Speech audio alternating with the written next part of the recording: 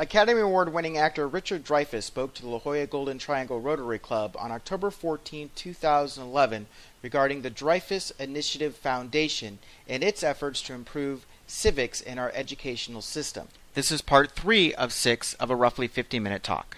Because the world was a very, very different place before us. And I'm going to give you one example. In the 800 years that preceded the establishment of this country, 6 people of the aristocratic classes all over Europe were indicted for capital crimes. 6 people. That's it. Imagine how many commoners were indicted for capital crimes. Now, I decided, since I love history and I'm entertained by it, I'm entertained by mankind, I'm entertained by how he thinks and how he does what he does, that I had reached that moment in my mid-50s when I had promised myself I would stop what I was doing. And even though there is a law in California that says one can never retire from show business, I decided to break that law. You can retire from anything. You know, if you're a watchmaker for 30 years and you want to become a ski instructor, they'll give you a dinner and a watch. And then they'll let you go off and be a ski instructor. But when you say you're quitting show business, people will go. And I had a friend say, "What are you doing?" And I said, I'm retired. She said, no, really, what are you doing? And I said, I'm retired, I'm in education. She said, Richard, what are you doing? And I took a deep breath and I said, I'm going to the Nobel. And she said, oh, okay. That's why I don't live in Nobel. Okay. If we don't have a nation today that we're proud of, if we don't have a nation that can immediately get answers from our children about why we have been so admired and what is revolutionary about our war of independence, if we can't teach that, or sewing, or cooking, or geology, or cosmic physics, because we don't teach those with any excellence either. If we don't do that, then what the hell are those kids up to for 9 hours a day? And what's going on? And so I decided to retire, and I went to Oxford to learn about what civics was. Civics, in one way, is how to run the country. Simple. And one should learn it before you're called upon to run the country. We don't teach it at all, so we've taken that problem apart. We don't teach civics, which is the one name in all of the curriculum of public schools that doesn't immediately tell you what it is. When you take French, you know you're learning French. When you take geology, you know you're learning something about rocks. And when you learn any other phys ed, you know you're doing civics. But when you learn civics, it's something about government, it's something about 3 branches, it's something about I don't know. So I decided, let's clear the air a little and just call it what it is, which is political power, theory and practice. And I mean realistic political power, which changed its fundamentals when television became ubiquitous. So teach about television. Have you noticed that whenever television analyzes society, it actually removes itself from the analysis? It literally takes as if there was no TV. And yet TV is central to any definition of our society.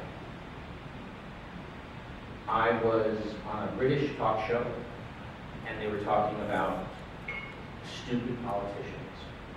And they were showing clip after clip, funny, fat politicians.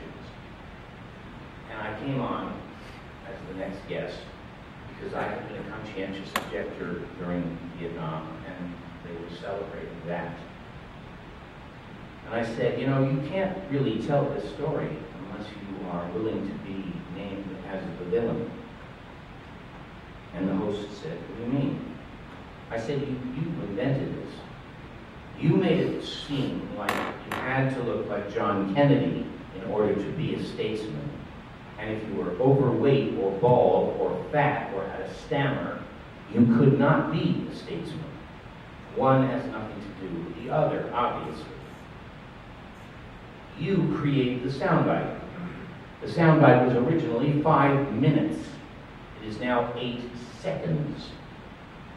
And the ability to say a complete thought in 8 seconds is an ability I admire, but it has nothing to do with statesmanship. And statesmanship ultimately is the defense and the victory of your own country. So, I put together 3 things. And these 3 things are all of a piece. They are the first cohesive, coherent assault on the darkness of stupidity, which is the end. The story of the world is the story of the light versus the dark. And we, whether we have liked it or not, represent the light of intelligence and the light of reason. And somewhere over Philadelphia is a star that never goes out. Most of the world lives, however, in complete darkness and blood and cruelty. And so we represent something that is rare, smaller, and absolutely necessary.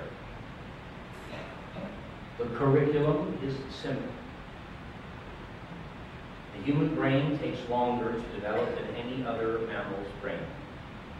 So that the first 3 years of public school, kindergarten, first, second grade, are glory tales and myths, very much like we do now, which tie young children with affection to their nation.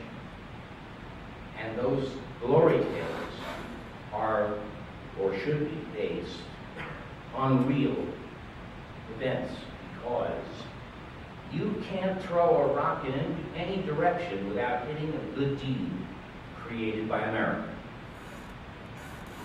We don't do it anymore, but we should, and we can. And we can tie our children to the nation of America through tales of affection. And we can tie Texas, who wants to secede 2 years ago. I said, I'll bring Texas back without even talking to Texas. And they said, how? I said, I'll put a multi-part biography on television of the biography of Sam Houston, who easily was the most unique, extraordinary personality in the history of our country, and the bragging rights that Texans have for Sam Houston would make them stay in the Union forever. Okay. Starting in the 4th grade, you start to teach reason and logic.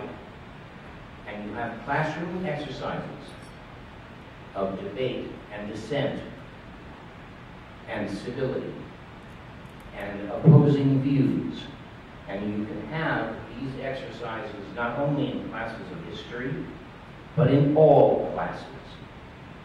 And imagine a grid. And go along with me. Imagine a grid that overlays the goal of reaching clarity of thought. Okay?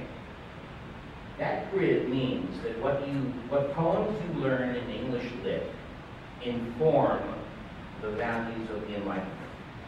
And that the way you learn the history of sewing informs your knowledge of capitalism.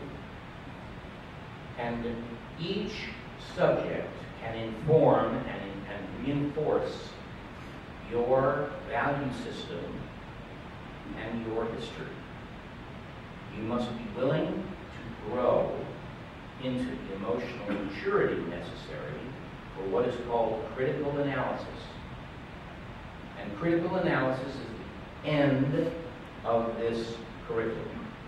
You learn reason and logic, clarity of thought, and critical analysis. Critical analysis has another phrase. It's simply the honesty of looking back at your own history and doing it with a sense of honor and honesty and clarity. We've all made mistakes. We've all done wonderful things. We have done many wonderful things. Critical analysis is what you do and what we teach our kids to do about growing up. So that by the time you graduate high school, you have a sense of owning this country and what it stands for.